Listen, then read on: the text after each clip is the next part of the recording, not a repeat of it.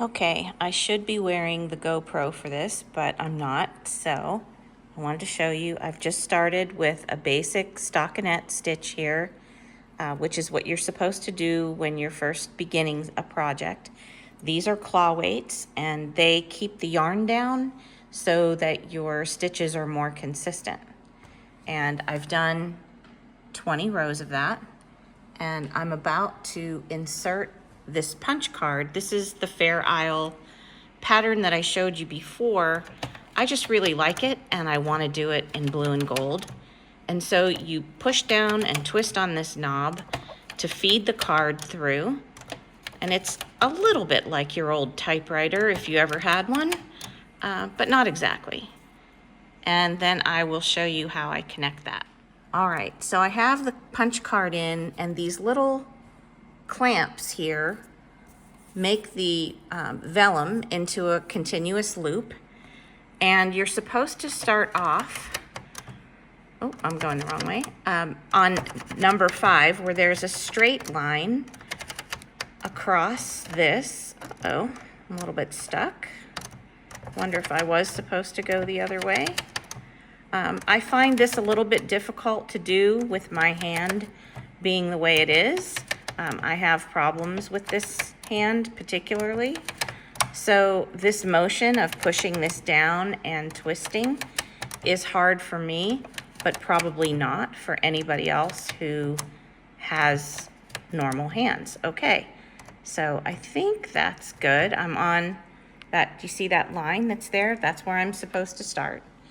So then the instruction is that I change, there's a button here on the carriage called the MC, and I'm supposed to push in just the top one, which is the pink one.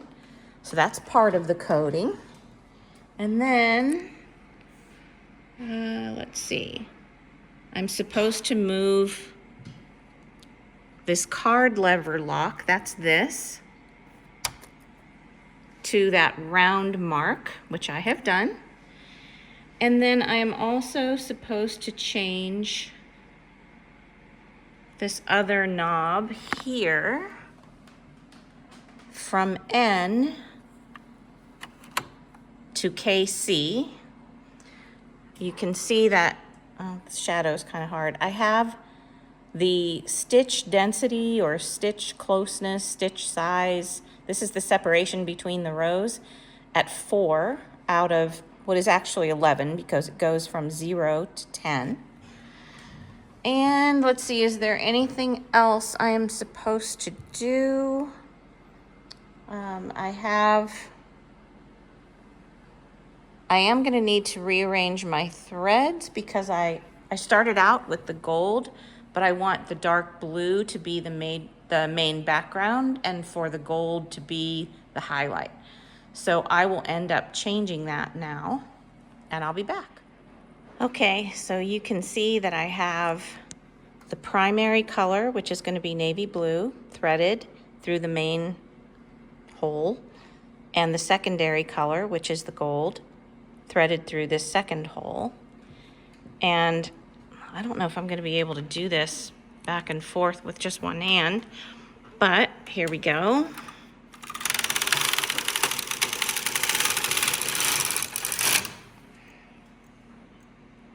All right, so it knows that I cheated, which is probably not good for me, but we'll find out later. I did the second color from over here on the left because, again, I am looking to accent with the gold and not the blue. So we'll see what kind of trouble that gets me into. Okay, so far so good. I just let this hang down. I untwisted it. And what you should know is that this is always going to be the back side of your project facing you. So it's not going to look like this. It will look like the other side. And all I'm doing now, you've probably noticed the needles are in different places, and that mimics this punch card, which is telling the needles where to be, and it's weaving these colors together. And I'm only doing like a scarf here. So what I chose to do is to just do 23 needles left and right. Oops. Oh, where am I? Of the center point. So I'm 23 over here. You see it counts down. You get to the center, and then it goes the other way. So that's how that works. And all I'm doing is pulling that carriage back and forth. So what you want to make sure of is that you clear your last needle here and your last needle here, or else your project basically unravels. So I will continue doing that. I will adjust these weights as this gets longer and keep going until I have the length I desire. Okay, I'm pretty new at this, but this is something I have not run into before, so I wanted to show you. You see where this yarn gets really thin and then there's a knot and then it gets thicker? This is very inexpensive acrylic yarn that I'm using to practice on. This was part of what I received when I bought this, not this machine, but the other machine off of Facebook Marketplace.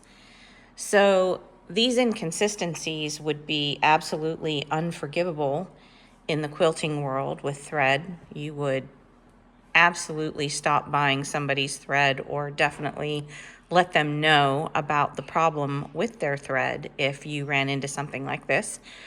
But from what I've read, these, what they call, I think, manufacturers' knots or fabricators' knots are common in the yarn world. They don't use as long of fibers as the thread world does. So I have a feeling there's going to be some inconsistency with the appearance of the fabric that I'm making. I also changed my tension from 4 to 5, or the size of my weave to 5 on here, because I felt like it was maybe a little bit too dense down here. It was starting to curl a lot, but that may have been a mistake to change it.